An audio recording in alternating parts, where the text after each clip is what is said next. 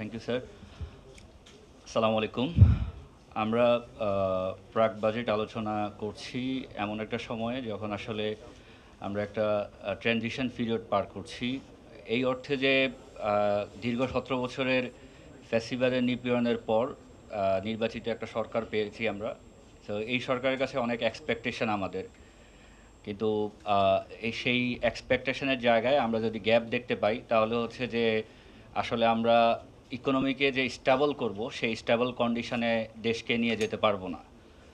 So আমি budgetary ফিগারগুলো একটু statistically দেখতেছিলাম যে গত বছরের বাজেট ছিল ৭,৯০,০০০ কোটি টাকা থেকে এই বছর প্রায় ৯,৩০,০০০ কোটি টাকা, অর্থাৎ বাজেট ফিগার বাড়ানো হচ্ছে। বাট এখানে একটা কনসার্নিং এরিয়াজ হচ্ছে যে আমার আহ, এখানে বাজেট ডেফিসিট এবারও আছে। আমরা আমাদের আহ, প্রায় ৩,০০,০০০ কোটি টাকার মতো এখানে গ্যাপ আছে। সো এই যে গ্যাপটা আমরা যদি দেখি যে আমাদের টোটাল ইকোনমির ডেপ্থ হচ্ছে এখন প্রায় ২৪,০০,০০০ কোটি টাকা এবং প্রত্যেক বছর ৩,০০,০০০ কোটি টাকা ঋণ বাড়তেছে। সো এই ঋণের চাপটা কিন্তু জনগণের উপরে যাচ্ছে। এইটা আসলে আমাদের ইকোনমির জন্য ভালো না। সো আমরা আহ, যদি এটা থেকে উত্তরণের উপায়গুলো যদি দেখি, আমরা আসলে দেখা উচিত যে পলিসি ফেইলিয়ারগুলো লাস্ট 17 ইয়ার্সে যে পলিসিগুলো নেওয়া হয়েছে সেগুলো অনেক আমরা 2006-07-এর যে বাজেট ফিগার 60,000, সরি, আমাদের প্রায় 60,000 কোটি টাকা থেকে এটা প্রায় 8,00,000 কোটি টাকায় গিয়েছে।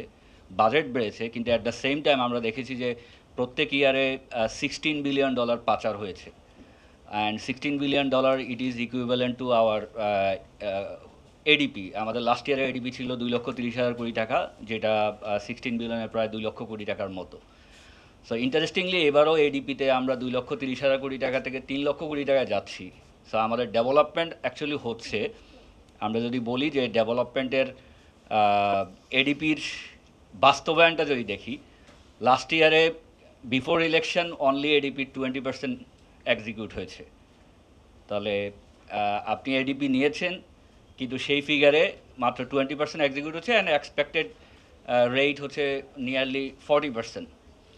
দ্যাট মিন্স আমার যে এডিপি আমরা ফিগারেটিভলি বলতেছি, অ্যাকচুয়ালি এটা প্রপারলি ইমপ্লিমেন্ট করা হচ্ছে না। তাহলে আমরা কেন বাজেট ফিগারকে বাড়াচ্ছি?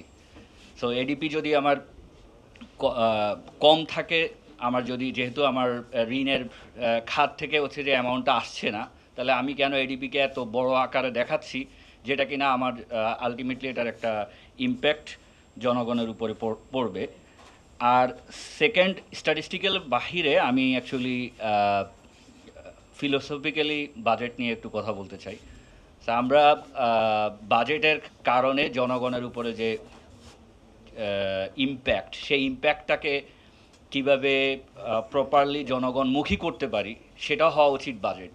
কিন্তু আনফর্চুনেটলি আমরা দেখতেছি যে আমরা স্ট্যাটিস্টিক্যালি শুধু দেখাই যে আমাদের জিডিপি গ্রোথ 4%, 5%, এখন 4.5 থেকে 7% পর্যন্ত আমরা স্ট্যাটিস্টিক্যালি বলছি। But what about the overall condition of the citizen? এখানে আমাদের আমি যদি জনগণের ডিসপোজেবল ইনকাম বা ক্রয় ক্ষমতার দিকে তাকাই, এটা অ্যাকচুয়ালি দিন দিন হচ্ছে যে জনগণের এখানে একটা বিশাল চাপ। সো এটাকে অ্যাড্রেস করার জন্য মেইনলি আমাদের দরকার হচ্ছে যে ইন্ডাস্ট্রিয়াল ডেভেলপমেন্ট, মানে ইন্ডাস্ট্রি সেক্টরে huge investment, at the same time আমার এডুকেশন এবং আনএমপ্লয়মেন্টটাকে কমানো।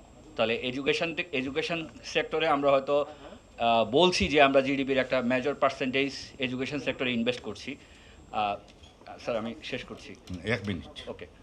জিডিপির আমরা একটা মেজর পার্সেন্টেজ হচ্ছে এডুকেশন সেক্টরে ব্যয় করছি, কিন্তু এখানে আমরা যদি দেখি যে বর্তমান যে এআই এর যুগ, এখন এআই এর কারণে আমরা খুব কুইক অনেক কিছু শিখতে পাচ্ছি, কিন্তু আমার এডুকেশন সিস্টেম সেটা অ্যাডপ্ট করে নাই। যে কারণে আমার আপস্কিলিং এবং রিস্কিলিংয়ের একটা প্রয়োজনীয়তা আছে যে প্রত্যেকটা স্তরে।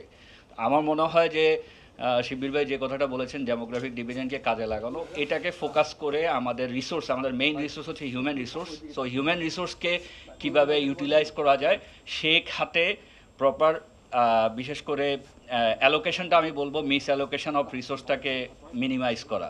কারণ গভর্নমেন্টের এডিপির অনেকগুলো খাত আননেসেসারি খাত, আমাদের কাছে অনেক এক্সাম্পল আছে যে আপনারা জানেন যে কর্ণফুলী টানেল যেটা প্রত্যেক মাসে আমরা লস দিচ্ছি। সো এই ধরনের শুধু ডেভেলপমেন্ট করলেই হবে না, আমাকে চিন্তা করতে হবে যে যে ডেভেলপমেন্টটা আসলে মানুষের সত্যিকার ওটা। আপনি যদি দেখেন আমরা স্ট্যাটিস্টিক্যালি একটা টার্ম বলে থাকি আউটলায়ার্স।